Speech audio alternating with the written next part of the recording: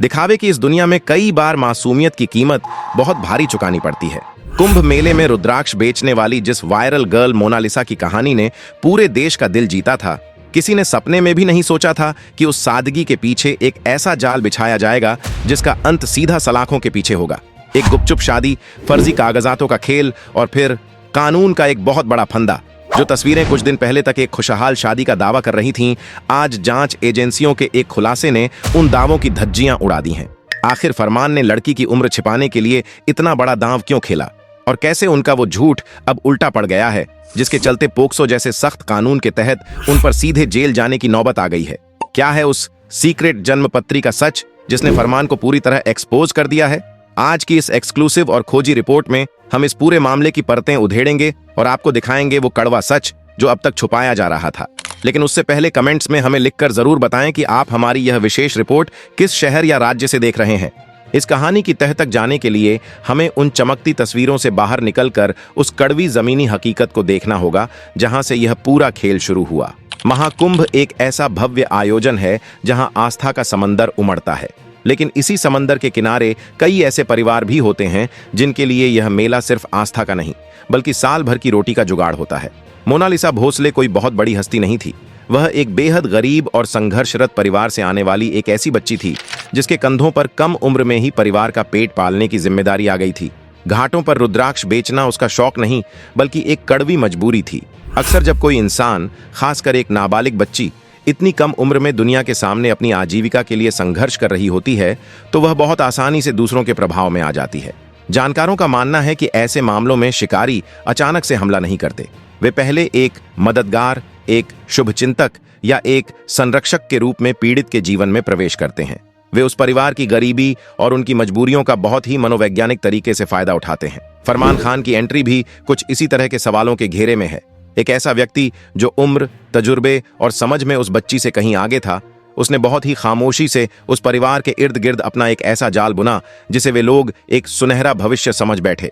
ये सिर्फ एक शादी का मामला नहीं था, ये एक कमजोर पृष्ठभूमि से आने वाली नाबालिग के भोलेपन को अपने स्वार्थ के लिए इस्तेमाल करने का एक बहुत ही सोची समझी रणनीति का हिस्सा था। अब हम उस पहलू पर बात करते हैं जिसने जांच एजेंसियों के भी कान खड़े कर दिए। जब आप इस पूरे घटनाक्रम को करीब से देखते हैं तो एक बहुत बड़ा सवाल दिमाग में आता है।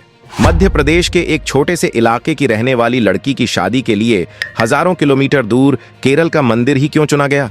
क्या भारत के इस विशाल भूभाग में उन्हें कोई और जगह नहीं मिली? इसके पीछे एक बहुत ही शातिर और आपराधिक दिमाग काम कर रहा था। कानून के जानकार बताते हैं कि जब भी कोई ऐसा कृत्य किया जाता है जो कानूनी रूप से गलत हो तो अपराधी सबसे पहले अपने स्थानीय इलाके से भागने की कोशिश करते हैं। अगर यह शादी मध्य प्रदेश में लड़की के गांव या शहर के आसपास होती तो वहां के लोग, पड़ोसी, रिश्तेदार या स्थानीय प्रशासन तुरंत इस पर आपत्ति जताता। स्थानीय पुलिस को यह पता लगाने में 1 मिनट नहीं लगता कि लड़की अभी नाबालिग है। इसी स्थानीय विरोध और पुलिस की नजरों से बचने के लिए इस पूरे घटनाक्रम को एक राज्य से निकालकर दूसरे राज्य में शिफ्ट कर दिया गया। यह एक क्लासिक ज्यूरिसडिक्शन लूपहोल का इस्तेमाल करने की कोशिश थी। उन्हें लगा कि केरल में कौन इस मध्य प्रदेश की लड़की को पहचानता है।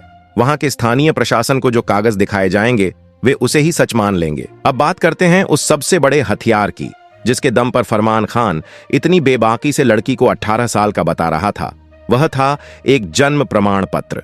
जब आप किसी दूसरे राज्य में जाकर विवाह का पंजीकरण करवाते हैं तो वहां का प्रशासन उम्र के प्रमाण के रूप में सरकारी दस्तावेज मांगता है। इसी प्रक्रिया को पार करने के लिए एक जाली दस्तावेज का सहारा लिया गया। लेकिन कोई भी सरकारी दस्तावेज रातों रात ऐसे ही हवा में नहीं बन जाता। इसके पीछे एक पूरा नेक्सस काम करता है। जांच में यह बात सामने आई है कि केरल में प्रस्तुत किया गया जन्म प्रमाण पत्र पूरी तरह से मनगढ़ंत था। उसमें जो जन्म की तारीख लिखी गई थी वह लड़की को बालिग साबित करने के लिए विशेष रूप से चुनी गई थी।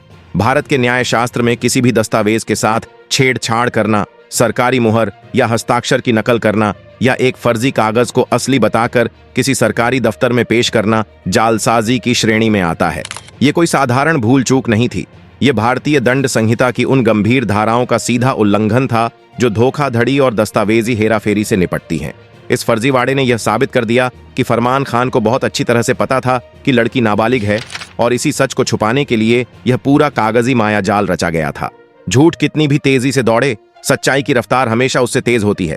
राष्ट्रीय अनुसूचित जनजाति आयोग की टीम ने जब इस मामले की कमान अपने हाथ में ली तो उन्होंने बाहरी दावों या पेश किए गए कागजातों पर भरोसा करने के बजाय सीधे मामले की जड़ पर प्रहार किया, और वह जड़ थी मध्य प्रदेश का वह स्थानीय सरकारी अस्पताल जहां वास्तव में उस बच्ची का जन्म हुआ था। किसी भी व्यक्ति की उम्र का सबसे अकाट्य और अंतिम प्रमाण वह डिलीवरी रजिस्टर होता है, जिसमें बच्चे के जन्म लेते ही उसी दिन उसी समय प्रविष्टि कर दी जाती है। इस रजिस्टर को न तो कोई बदल सकता है और न ही इसमें कोई हेराफेरी की जा सकती है, क्योंकि यह वर्षों पुराना सरकारी रिकॉर्ड होता है। जब आयोग के अधिकारियों ने धूल फांक रहे उन पुराने रजिस्टरों को निकलवाया और साल 2009 के पन्ने पलटे, तो वह सच सामने आ गया जिसने फरमान के बनाए गए पूरे तिलिस्म को एक झटके में चकनाचूर कर दिया।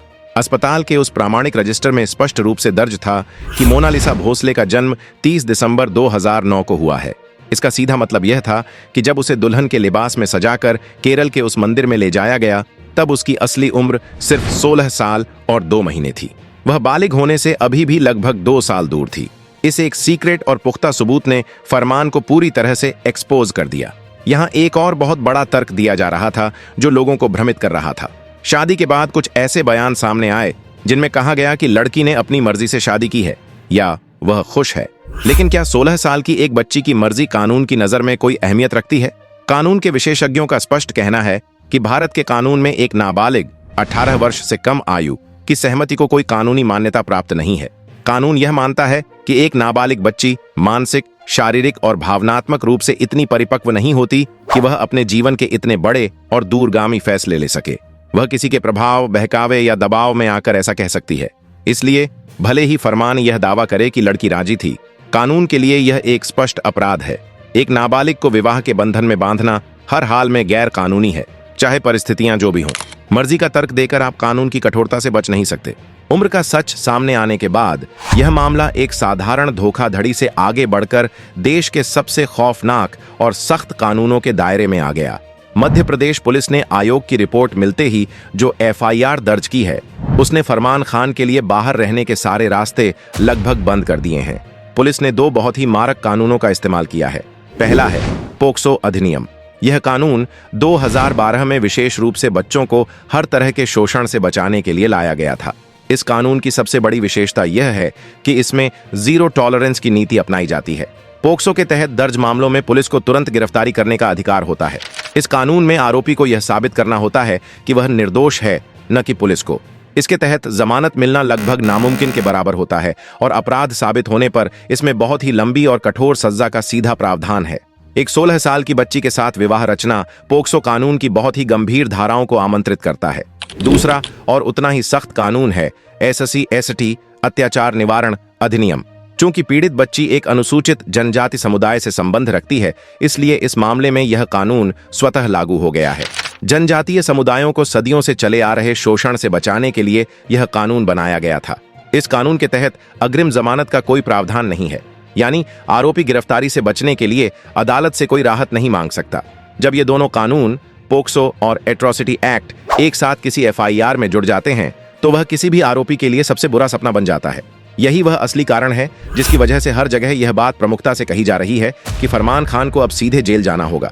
इन धाराओं के तहत कानूनी प्रक्रिया इतनी त्वरित और सख्त होती है कि बचने की कोई गुंजाइश नहीं बचती। यह पूरा मामला केवल एक व्यक्ति के अपराध की कहानी नहीं है, यह हमारे समाज के लिए एक बहुत बड़ा दर्पण है। यह हमें सोचने पर मजबूर करता है कि कैसे हम किसी की मासूमियत को केवल स्क्रीन पर देखते हैं, उसकी तारीफ करते हैं, लेकिन असल जिंदगी में वह बच्ची किन खतरों से घिरी है, इसकी परवाह कोई नहीं करता। अगर राष्ट्रीय अनुसूचित जनजाति आयोग ने समय रहते इस मामले में हस्तक्षेप न किया होता, तो शायद यह मामला भी समय की धूल में दब गया होता और एक नाबालिग का जीवन अंधकार में चला जाता। आयोग ने जिस फुर्ती के साथ मध्य प्रदेश और केरल के पुलिस महानिदेशकों को तलब किया है, वह यह दर्शाता है कि हमारे देश की संवैधानिक संस्थाएं कमजोर वर्गों की रक्षा के लिए कितनी शक्तिशाली हैं। यह घटना उन सभी लोगों के लिए एक बहुत ही सख्त चेतावनी है जो यह सोचते हैं कि वे व्यवस्था की कमियों, दूरी और जाली कागजातों के सहारे कानून को अपनी जेब में रख सकते हैं। कानून की चक्की कभी कभी धीमी जरूर चलती है, लेकिन जब वह चलती है तो अपराधियों के रचे गए हर भ्रम और हर जाली कागज को बहुत ही बारीक पीस देती है। आज वही कानूनी चक्की पूरी रफ्तार से फरमान खान की ओर बढ़ रही है। हमेशा से आपको केवल वही खबरें दिखाता है जो पूरी तरह से तथ्य आधारित और सत्य की कसौटी पर खरी उतरती हैं। इस पूरे विस्तृत विश्लेषण के बाद आइए एक नजर डालते हैं कि इस मामले में क्या पूरी तरह से वेरीफाइड हो चुका है और क्या अभी भी जांच का विषय है। पड़ताल के बाद तस्वीर बिल्कुल साफ है। 30 दिसंबर 2009 की जन्मतिथि के अनुसार शादी के वक्त मोनालिसा महज 16 साल की नाबालिग थी और केरल में पेश किया गया जन्म प्रमाण पत्र पूरी तरह जाली था। इन्हीं पुख्ता सबूतों पर फरमान के खिलाफ पोक्सो और एट्रोसिटी एक्ट जैसी सख्त और गैर जमानती धाराओं में FIR दर्ज हो चुकी है। केरल प्रशासन की भूमिका और कोर्ट का फैसला आना अभी बाकी है, लेकिन धाराओं की गंभीरता के चलते फरमान की गिरफ्तारी लगभग तय है। हमारी यह निष्पक्ष रिपोर्टिंग पसंद आई हो तो समाज को जागरूक करने के लिए वीडियो को अभी लाइक और शेयर करें। एकदम सच्ची खबरों के लिए आपके अपने चैनल को आज ही सब्सक्राइब करें। जय हिंद।